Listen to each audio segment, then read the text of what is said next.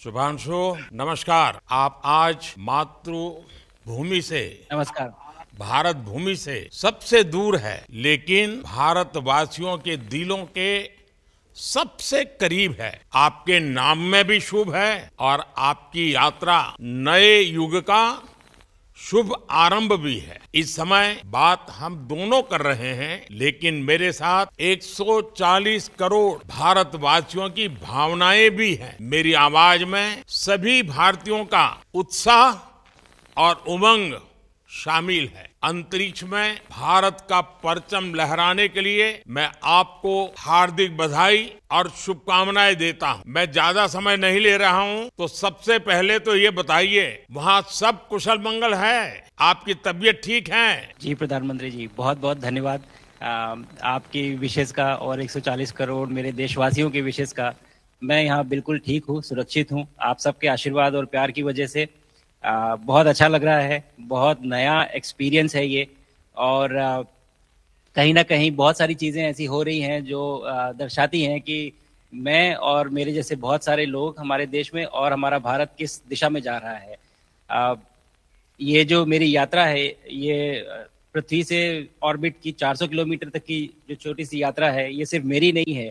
मुझे लगता है कहीं ना कहीं हमारे देश की भी यात्रा है। बिकॉज जब मैं छोटा था, मैं कभी सोच नहीं पाया कि मैं एस्ट्रोनॉट बन सकता हूँ। लेकिन मुझे लगता है आपके नेतृत्व में आज का भारत ये मौका देता है और उन सपनों को साकार करने का भी मौका देता है। तो ये बहुत बड़ी उपलब्धि है मेरे लिए, और मैं बहुत गर्व फील कर रहा हूँ कि मैं यहाँ पे अपने देश का प्रतिनिधित्व कर पा रहा हूँ। धन्यवाद प्रधानमंत्री जी। शुभ, आप दूर अंतरिक्ष में है, जहां ग्रेविटी ना के बराबर है। पर हर भारतीय देख रहा है कि आप कितने डाउन टू अर्थ है। आप जो गाजर का हलवा ले गए हैं, क्या उससे अपने साथियों को खिलाया? जी प्रधानमंत्री जी, ये कुछ चीज़ें मैं अपने देश की खाने की लेके आया था, जैसे गाजर का हलवा, मूंग दाल का हलवा और आमरस। और मैं चाहता था कि ये बाकी भी जो मेरे साथी हैं, बाकी देशों से जो आए हैं, वो भी इसका स्वाद लें और चखें। जो भारत का जो रिच कलिनरी हमारा जो हेरिटेज है, उसके उसका एक्सपीरियंस लें। तो हम सभी ने बैठ के इसका स्वाद लिया साथ में, और सबको बहुत पसंद आया है कि कब वो नीचे आएंगे और हमारे देश आए और इनका स्वाद ले। शुभ, परिक्रमा करना भारत की सदियों पुरानी परंपरा है। आपको तो पृथ्वी माता की परिक्रमा का सौभाग्य मिला है। अभी आप पृथ्वी के किस भाग के ऊपर से गुजर रहे होंगे? जी प्रधानमंत्री जी, इस समय तो मेरे पास ये इंफॉर्मेशन उपलब्ध नहीं है, लेकिन थोड़ी देर पहले मैं खिड़की से, विंडो से बाहर देख रहा था, तो हम लोग हवाई के ऊपर से गुजर रहे थे। और हम दिन में 16 बार परिक्रमा करते हैं। 16 सूर्योदय और 16 संन्यास, सनराइज और सनसेट हम देखते हैं ऑर्बिट से। और बहुत ही अचंभित कर देने वाला ये पूरा प्रोसेस है। इस परिक्रमा में, इस तेज गति में, जिस हम इस समय करीब 28,000 किलोमीटर प्रति घंटे की रफ्तार से चल रहे हैं आपसे बात करते वक्त, और ये गति पता नहीं चलती क्योंकि हम तो अंदर हैं, लेकिन कहीं ना कहीं ये गति जरूर दिखाती है कि हमारा देश कितनी गति से आगे बढ़ रहा है इस समय, कि हम यहाँ पहुंचे हैं और अब यहाँ से और आगे जाना है। अच्छा शुभ, अंतरिक्ष की विशालता देखकर सबसे पहला विचार क्या आया आपको? प्रधानमंत्री जी, सच में बोलूं तो जब पहली बार हम लोग ऑर्बिट में पहुंचे, अंतरिक्ष में पहुंचे, तो पहला जो व्यू था वो पृथ्वी का था। और पृथ्वी को बाहर से देख के जो पहला ख्याल और पहला जो थॉट मन में आया, वो ये था कि पृथ्वी बिल्कुल एक दिखती है। मतलब बाहर से कोई सीमा रेखा नहीं दिखाई देती, कोई बॉर्डर नहीं दिखाई। और दूसरी चीज जो बहुत नोटिसेबल थी, जब पहली बार भारत को देखा, तो हम मैप पे पढ़ते हैं भारत को, हम देखते हैं बाकी देशों का आकार कितना बड़ा है, हमारा आकार कैसा है, वो मैप पे देखते हैं। लेकिन वो सही नहीं होता, क्योंकि वो एक हम 3D ऑब्जेक्ट को 2D यानी पेपर पे हम उतारते। भारत सच में बहुत भव्य दिखता है, बहुत बड़ा दिखता है। जितना हम मैप पे देखते हैं उससे कहीं ज्यादा बड़ा। और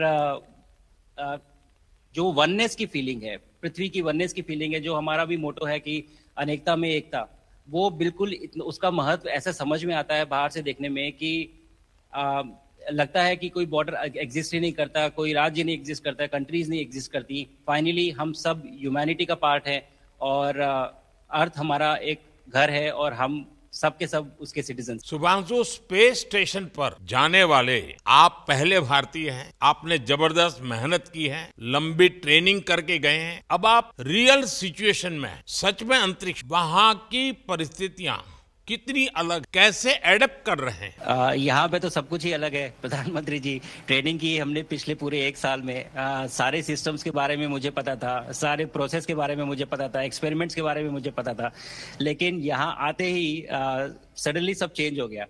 बिकॉज हमारे शरीर को ग्रेविटी में रहने की इतनी आदत हो जाती है कि हर एक चीज उससे डिसाइड होती है। पर यहाँ आने के बाद चूंकि ग्रेविटी, माइक्रो ग्रेविटी है, एब्सेंट है, तो छोटी छोटी चीजें भी बहुत मुश्किल हो जाती हैं। अभी आपसे बात करते वक्त मैंने अपने पैरों को बांध रखा है, नहीं तो मैं ऊपर चला जाऊंगा। और माइक को भी जैसे छोटी छोटी चीजें हैं, अगर इसको छोड़ भी दूं तो भी ये ऐसे फ्लोट करता रहता है। पानी पीना, पैदल चलना, सोना।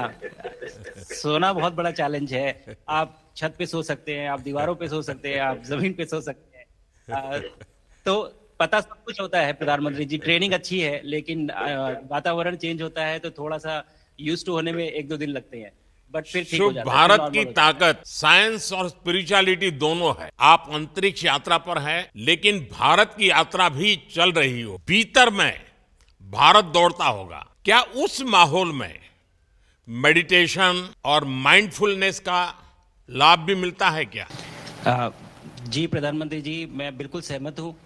मैं कहीं ना कहीं ये मानता हूँ कि भारत ऑलरेडी दौड़ रहा है और ये मिशन तो केवल एक पहली सीढ़ी है उस एक बड़ी दौड़ का। और हम जरूर आगे पहुंच रहे हैं और अंतरिक्ष में हमारे खुद के स्टेशन भी होंगे और बहुत सारे लोग पहुंचेंगे। और माइंडफुलनेस का भी बहुत फर्क पड़ता है।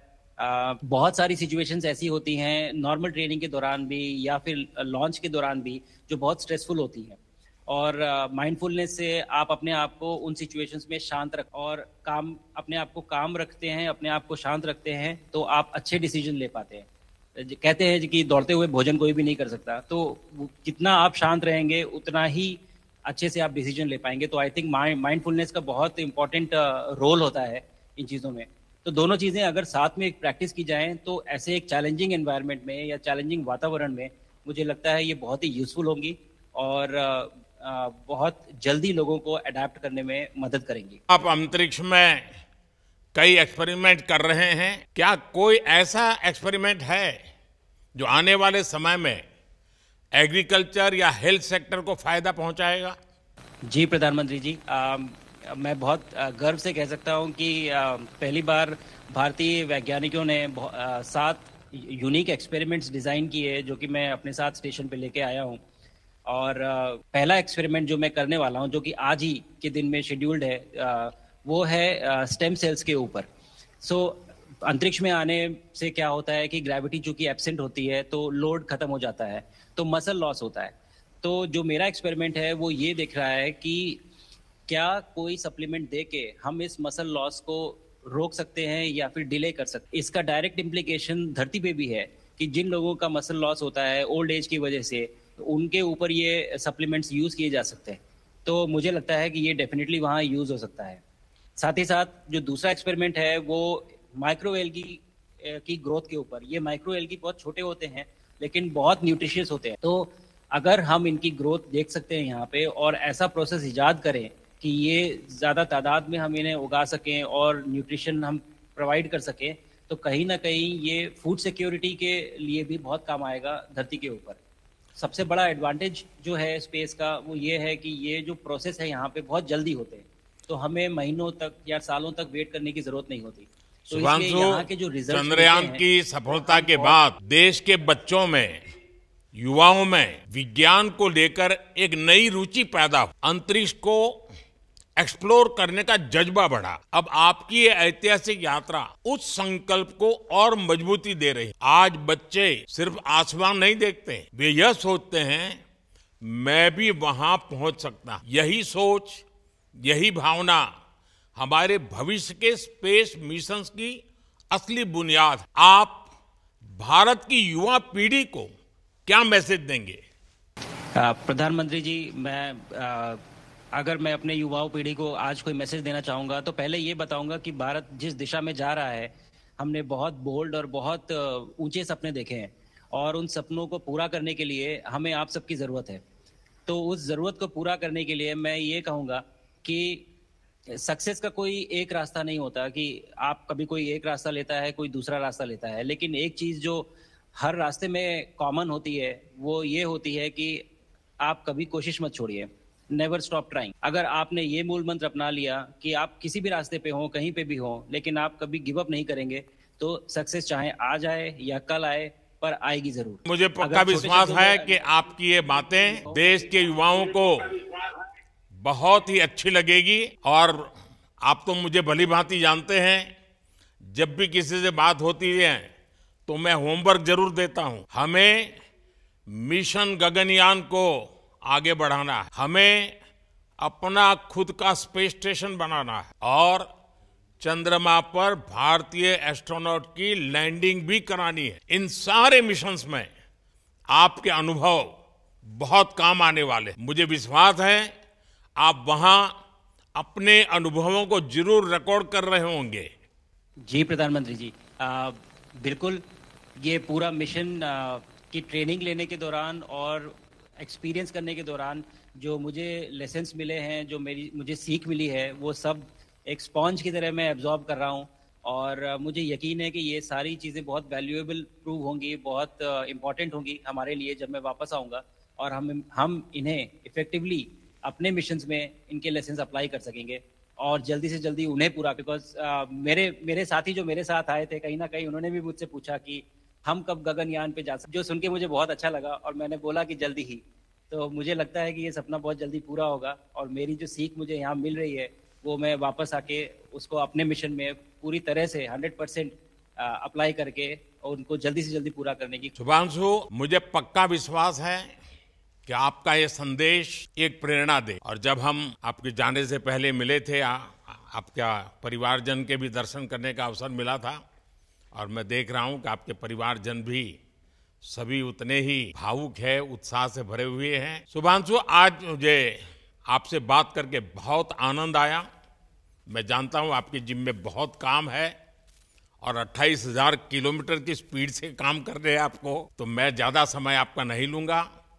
आज मैं विश्वास से कह सकता हूं कि ये भारत के गगनयान मिशन की सफलता का पहला अध्याय है। आपकी यह ऐतिहासिक यात्रा सिर्फ अंतरिक्ष तक सीमित नहीं है, यह हमारी विकसित भारत की यात्रा को तेज गति और नई मजबूती देगी। भारत दुनिया के लिए स्पेस की नई संभावनाओं के द्वार खोलने जा रहा है। अब भारत सिर्फ उड़ान नहीं भरेगा, भविष्य में नई उड़ानों के लिए मंच तैयार करेगा। मैं चाहता हूं, कुछ और भी सुनने की इच्छा है आपके मन में, क्योंकि मैं सवाल नहीं पूछना चाहता, आपके मन में जो भाव है अगर वो आप प्रकट करेंगे, देशवासी सुनेंगे, देश की युवा पीढ़ी सुनेगी, तो मैं भी खुद बहुत आतुर हूं कुछ और बातें आपसे सुनने के लिए। धन्यवाद प्रधानमंत्री जी।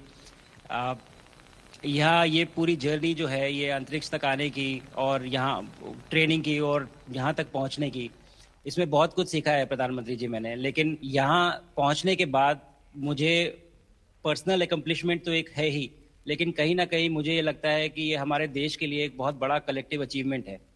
और मैं हर एक बच्चे को जो ये देख रहा है, हर एक युवा को जो ये देख रहा है, एक मैसेज देना चाहता हूँ और वो ये है कि अगर आप कोशिश करते हैं और आप अपना भविष्य बनाते हैं अच्छे से, तो आपका भविष्य अच्छा बनेगा और हमारे देश का भविष्य अच्छा बनेगा। और केवल एक बात अपने मन में रखिए, that sky is never the limit, ना आपके लिए, ना मेरे लिए और ना भारत के लिए। और ये बात हमेशा अगर आपने मन में रखी तो आप आगे बढ़ेंगे, आप अपना भविष्य उजागर करेंगे और आप हमारे देश का भविष्य उजागर करेंगे। और बस मेरा यही मैसेज है प्रधानमंत्री जी। और मैं बहुत ही भावुक और बहुत ही खुश हूं कि मुझे मौका मिला आज आपसे बात करने का और आपके थ्रू 140 करोड़ देशवासियों से बात करने का। जो ये देख पा रहे हैं, ये जो तिरंगा आप मेरे पीछे देख रहे हैं, ये यहाँ नहीं था।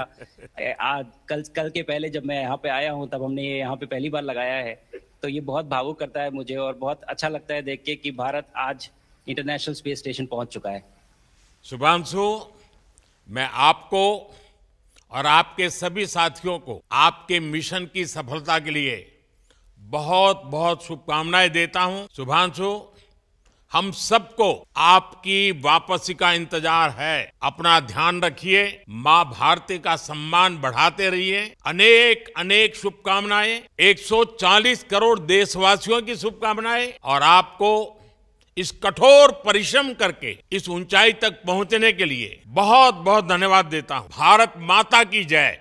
धन्यवाद प्रधानमंत्री जी, धन्यवाद। और सारे 140 करोड़ देशवासियों को धन्यवाद। और स्पेस से सबके लिए भारत माता की जय।